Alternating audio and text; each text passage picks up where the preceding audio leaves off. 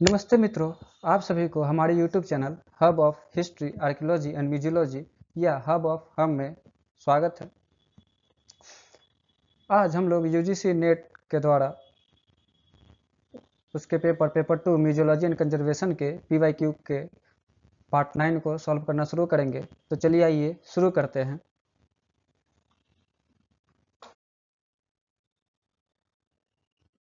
पहला क्वेश्चन, सूची 1 को सूची 2 से सम्मिलित करना है। सूची 1 में a limits of liability, b all risk coverage, c deductibles, d subrogation. वहीं सूची 2 में पहला, दावा की गई राशि का बीमाकर्ता द्वारा भुगतान करते ही उसे जवाबदेह व्यक्ति से नुकसान की भरपाई के बीमित व्यक्ति के सारे अधिकार प्राप्त हो जाते हैं। And insurer upon payment of a claim receive all right of insured to cover losses from the responsible party.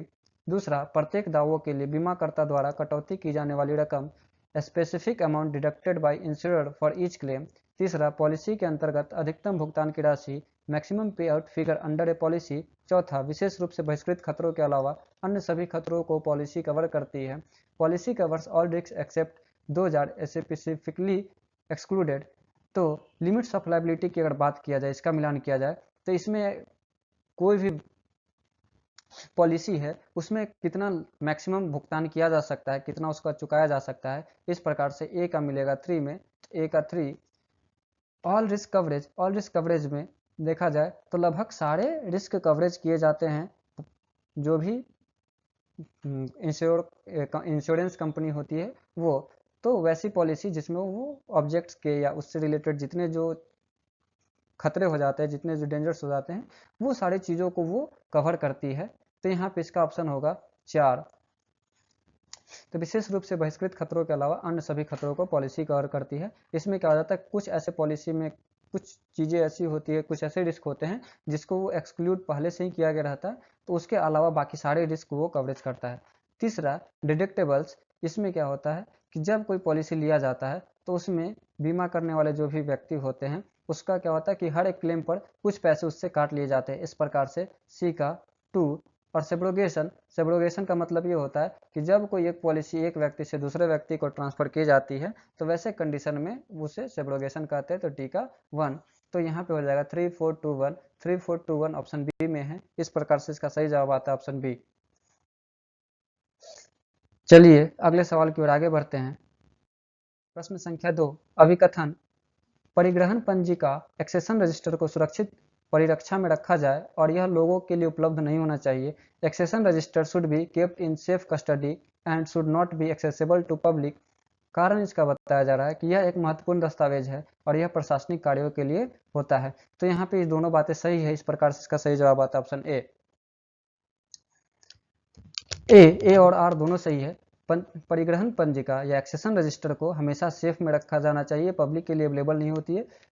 कुछ अगर रिसर्चर जाते हैं तो उसे डायरेक्टर से परमिशन लेके उस चीज़ को उस वस्तु की जानकारी के लिए वो ले सकता है, उसमें भी खास परमिशन मिलने के बाद ही। इस प्रकार से ए सही है। और दूसरा कि यह एक महत्वपूर्ण रजिस्टर है और प्रशासनिक कार्यों के लिए होता है, बिल्कुल सही जवाब है। इस प्रकार से ए और आर दोनों सही है। चलिए अगले सवाल की ओर आगे बढ़ते हैं। प्रश्न संख्या 3, अभिकथन, आगंतुकों का अध्ययन संग्रहालय को सुधार करने में सहायक होता है। Visitor studies help museum to make improvements. कारण, आगंतुक अध्ययन संग्रहालय की कमियों को दर्शाता है और आगंतुकों की आवश्यकताओं और अपेक्षाओं से परिचित करवाता है। Visitor studies reveal drawbacks of the museum and needs and expectation of visitors. तो यहाँ पे ऑप्शन ए, अभिकथन ए और कारण दोनों सही है, इसलिए इसका सही जवाब आएगा ऑप्शन ए।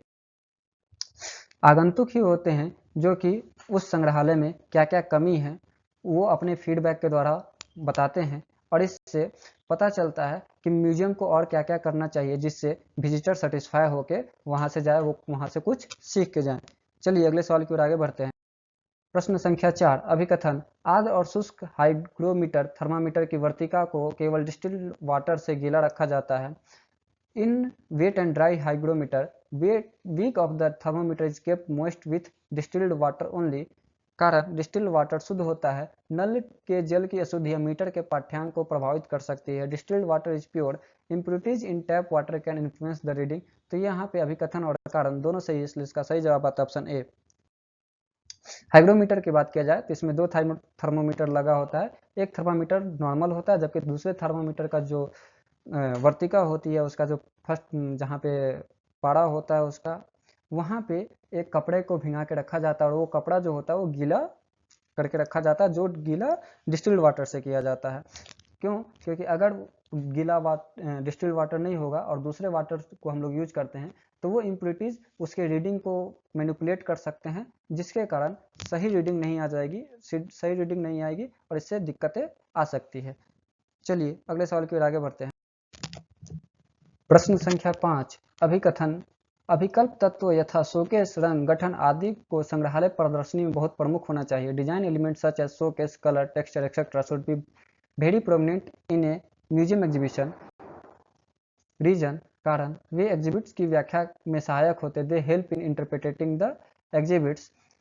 अगर बात किया जाए ये अभिकल्प तत्व का, डिजाइनिंग एलिमेंट्स का, तो ये संग्रहालय में प्रमुख नहीं होते हैं, बल्कि ये संग्रह या प्रदर्शन वस्तु ऑब्जेक्ट्स को दिखाने में सहायक होते हैं। तो ये पहला अभिकथन यहाँ पे गलत हो जाता है। और दूसरा, वे एग्जिबिट की व्याख्या में सहायक होते हैं, तो व्याख्या ये नहीं करते हैं। इस प्रकार से इसका सही जवाब आता है ऑप्शन ए और आर दोनों गलत है, ऑप्शन बी। चलिए अगले सवाल की ओर आगे बढ़ते हैं। प्रश्न संख्या 6, अभिकथन। संग्रहालय प्रदर्शनियां हर प्रकार की अन्य व्याख्याओं से बेहतर है। Museum exhibition have great advantage over every other form of interpretation. कारण, संग्रहालय प्रदर्शनियां में वास्तविक एवं प्रमाणिक वस्तुएं होती है। Museum exhibition contains real and authentic objects. तो बात सही है कि अभिकथन में कि संग्रहालय प्रदर्शनियां हर प्रकार की अन्य व्याख्याओं से बेहतर है। तो बिल्कुल सही बात है कि एग्जीबिशन के द्वारा आदमी बहुत जल्दी सीखते हैं, बहुत जल्दी नॉलेज आती है और दर्शकों को, विजिटर्स को बहुत ही जल्दी समझ में आ जाता है। इस प्रकार से अभिकथन ये सही है। और प्रदर्शनी में बहुत रियल और ऑथेंटिक ऑब्जेक्ट्स लगी होती है, तो इस प्रकार से कथन और कारण दोनों सही है। इसका सही जवाब आएगा ऑप्शन ए और आर दोनों सही है। चलिए अगले सवाल की ओर आगे बढ़ते हैं। प्रश्न संख्या 7, अभिकथन। एग्जिबिट संग्रहालय के सार्वजनिक चेहरों का केंद्र बिंदु है। Exhibits are the heart of museums public face. कारण, वे प्राथमिक वाहन बनते हैं जिनसे आगंतुक संग्रहों को देखते हैं। They compromise the primary vehicle by which visitors encounter collection. तो यहाँ पे अभिकथन भी सही है और कारण भी सही है। इस प्रकार सही का आंसर ऑप्शन ए आता है। ए और आर दोनों सही है। अभिकथन में जो कहा जा रहा है कि एग्जिबिट्स जो है क्या है, म्यूजियम का हार्ट है। कैसे? क्योंकि कोई भी व्यक्ति म्यूजियम तभी जाता है कि जब वहाँ पे रखे गए ऑब्जेक्ट्स को वो देखेगा और उससे वो सीखेगा, जानेगा। और ये ही फर्स्ट प्रायोरिटी होते हैं। लोग म्यूजियम का बिल्डिंग ये सब देखने नहीं आते हैं, जबकि वहाँ पे रखे गए जितने जो कलेक्शंस होते हैं वो उन्हीं को देखने आते हैं। जिस प्रकार से कारण भी इसका सही हो जाता है। चलिए अगले सवाल की ओर आगे बढ़ते हैं। प्रश्न संख्या 8, अभिकथन। एग्जिबिट्स के प्रति बौद्धोन्मुखी का होना डिजाइन का अभिन्न अंग होना चाहिए। Conceptual orientation about exhibits should be an integral part of design. कारण, इस द्वारा एग्जिबिट्स को देखने, करने और सीखने की व्यापक दृष्टि मिलती है और यह एग्जिबिट्स के बारे में संक्षिप्त पार्श्व सूचना देता है। It provides an overview of what can be seen, done and learn and a brief background information about exhibits. तो इसका अभिकथन ए और कारण दोनों सही है। इस प्रकार इसका सही जवाब आता है ऑप्शन ए। यहाँ पे बताया जा रहा है कि एग्जिबिट्स कोई भी अगर डिजाइन बना रहे हैं तो उसमें एग्जिबिट्स क्या बताना चाह रहा है, उसका ओरिएंटेशन इस प्रकार से होना चाहिए कि दर्शक उस चीज को देखे, उससे सीखे और उसे करने में उसको एक मोटिवेशन प्राप्त हो। तो इस प्रकार से यहाँ पे अभिकथन और कारण दोनों सही है। चलिए अगले सवाल की ओर आगे बढ़ते हैं। प्रश्न संख्या 9, मानव संसाधन लेखा परीक्षा को संग्रहालयों में मानव संसाधन प्रबंधन का अभिन्न अंग होना चाहिए। Human resource audit should be an integral part of human resource management in museum. कारण, समय समय पर यह मानव संसाधन की प्रभावात्मकता को मापता है। It measures the human resource effectiveness periodically. तो यहाँ पे कथन ए और कारण आर दोनों सही है, इसलिए इसका सही जवाब है ऑप्शन ए।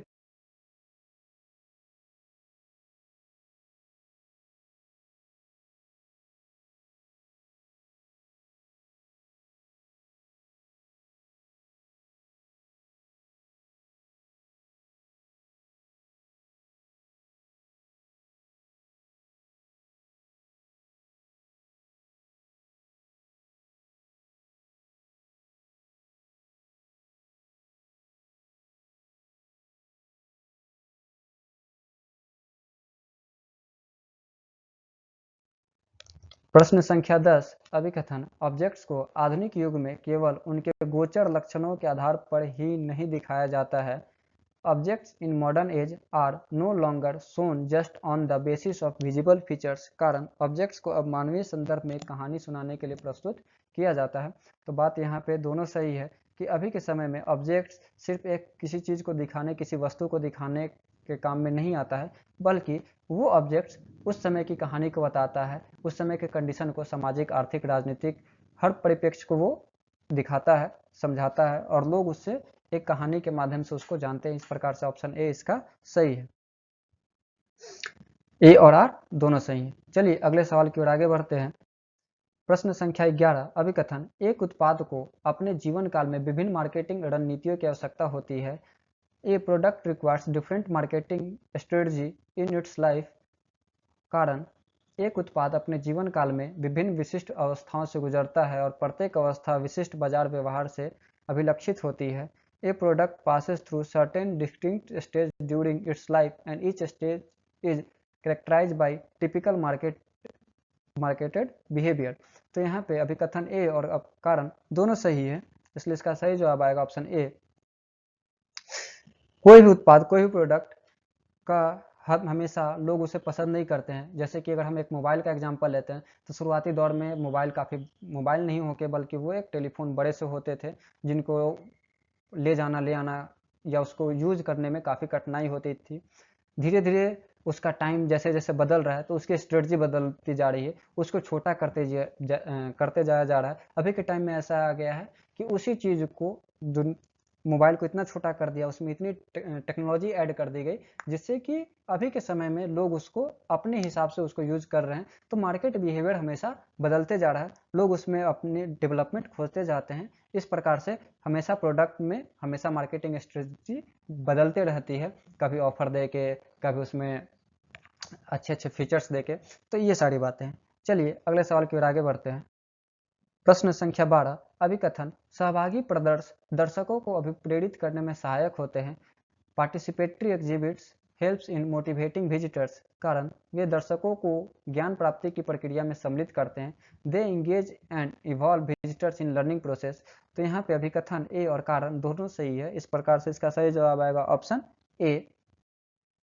ए और आर दोनों सही हैं, क्योंकि कोई भी एग्जिबिट्स के साथ साथ अगर दूसरा एग्जिबिट्स लग रहा होता है तो वो विजिटर्स को मोटिवेट करते हैं कि भाई इसके अलावा भी कोई ऑब्जेक्ट्स देखने को मिलेगा। और इससे क्या होता है कि जो विजिटर्स होते हैं वो धीरे धीरे लर्निंग प्रोसेस में इवॉल्व करते हैं, वो नई नई चीज़ों को सीखने में और भी उत्सुकता दिखाते हैं, क्यूरियोसिटी दिखाते हैं। इस प्रकार इसका सही जवाब आता है ऑप्शन ए। चलिए अगले सवाल की ओर आगे बढ़ते हैं। प्रश्न संख्या 13 अभिकथन संग्रहालय संरक्षकों को किसी ऑब्जेक्ट को दिए गए उपचार का रिकॉर्ड नहीं बनाना चाहिए। Conservators should not make any record of the treatment given to an object. Reason क्योंकि संरक्षण एक गोपनीय कार्य है। Because conservation is a confidential practice. तो यहाँ पे इसका सही जवाब आएगा, यहाँ ऑप्शन ए भी गलत है, अभिकथन भी गलत है और कारण भी गलत है, इसलिए इसका सही जवाब आएगा ऑप्शन बी। ए और आर दोनों गलत है।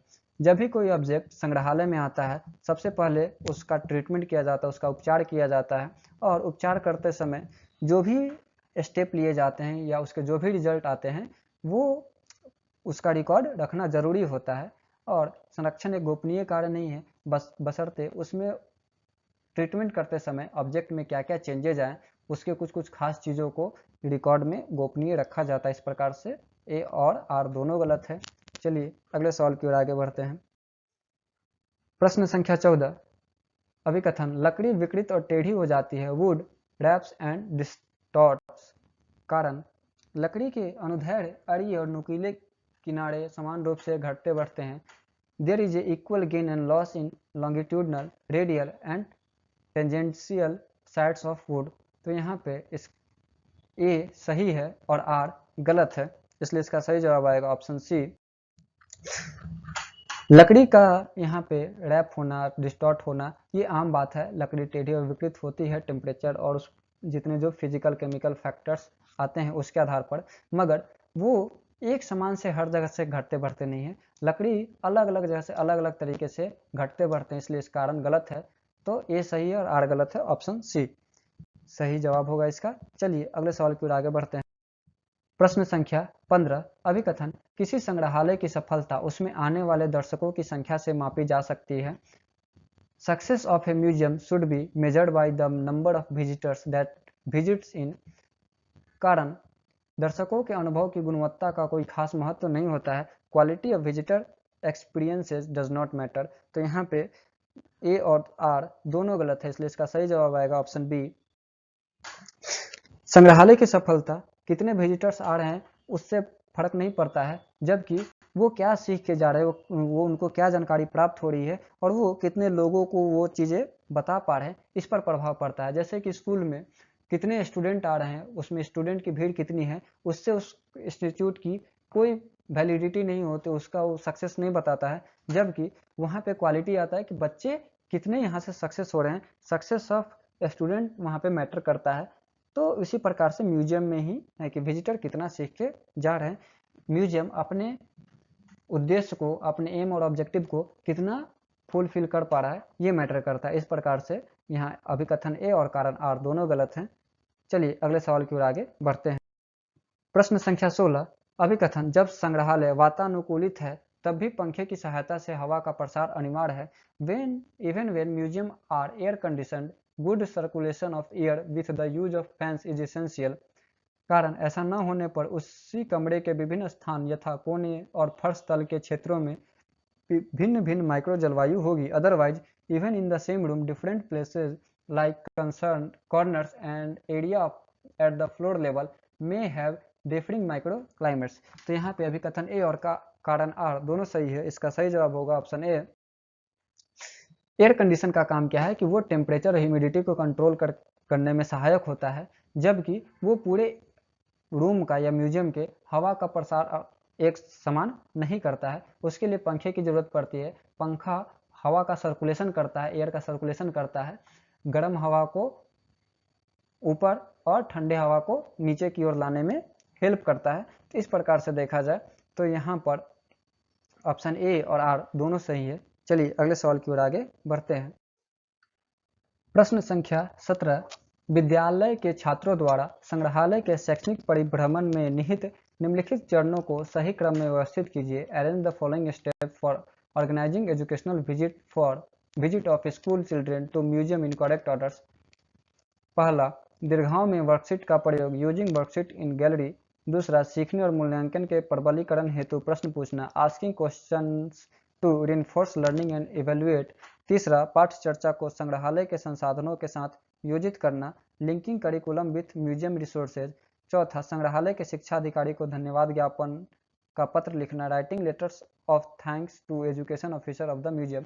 तो कोई भी विद्यालय अगर आप संग्रहालय में शैक्षणिक परिभ्रमण के लिए जा रहा है, संग्रहालय घूमने जा रहा है, म्यूजियम घूमने जा रहा है, तो वैसे कंडीशन में वो देखेगा कि आखिर उसके सिलेबस से, उसके करिकुलम से म्यूजियम की क्या क्या चीज़ें मैच कर रही है। तो पहला काम वो इस चीज़ को देखेगा कि हाँ, संग्रहालय में वस्तु क्या क्या वस्तु दिखानी है और क्या क्या नॉलेज देना है। उसके बाद बच्चों को वर्कशीट दिया जाए कि वो जब घूमे तो डायरी में नोट करते जाए कि आखिर उसने क्या क्या देखा, उसे क्या क्या जानते चले हैं। तो ये इनका दूसरा काम हो जाएगा। तीसरा काम हो जाएगा कि वो टीचर्स फिर उनसे पूछेंगे कि आखिर उन्होंने क्या क्या सीखा, इवेल्युएशन होगा।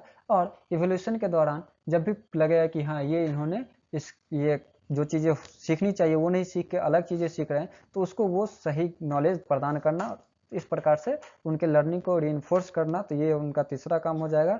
और चौथा, सारे काम होने के बाद म्यूजियम के एजुकेशनल ऑफिसर को धन्यवाद ज्ञापन देना, उनका एक लेटर लिखना। तो इस प्रकार से इनका काम हो जाएगा चौथा।